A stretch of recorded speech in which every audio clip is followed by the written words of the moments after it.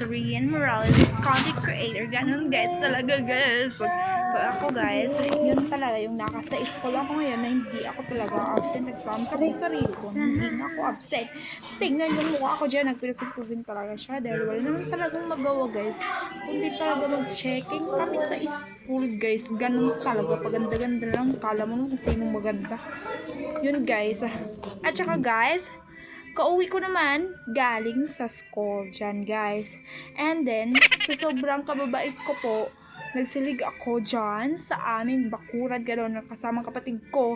Talagang kapatid ko yan. Akala mo naman may nagagawa sa mundo guys. Ganun talaga pag walang nagagawa sa mundo. Ganon. Kala mo naman kung sino talagang magaling at siya gumagawa ng gawaing bahay. Ganun talaga pag walang nagawa sa buhay. Ganun guys talaga. Huwag yung tigil dyan guys, marakot. Dahil alam niyo naman, sobrang bait kong bata, sobrang bait kong anak, sobrang bait kong kapatid. Ganun talagang ginagawa yan. Hindi nyo alam guys, ang nararamdaman ko talaga dyan guys. Yung baga talaga guys ng apoy, yun ang natupunta sa akin. Pero alam niyo yun, yung sobrang mabait, ganun. Sawayo pa talaga siya, ganun guys.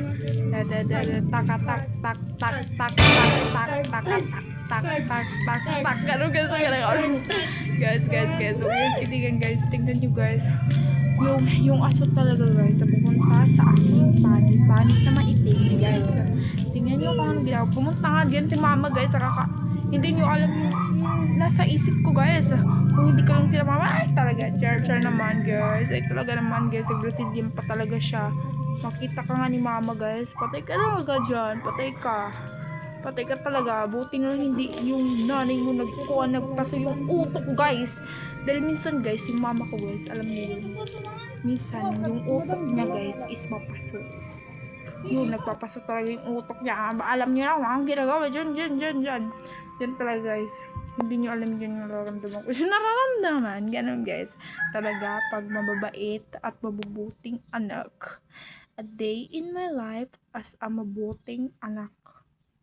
Ganun guys, ganun. Nag-Brazilian pa talaga guys. Dahil yun naman yung uso ngayon guys. So, bye-bye. Bye-bye.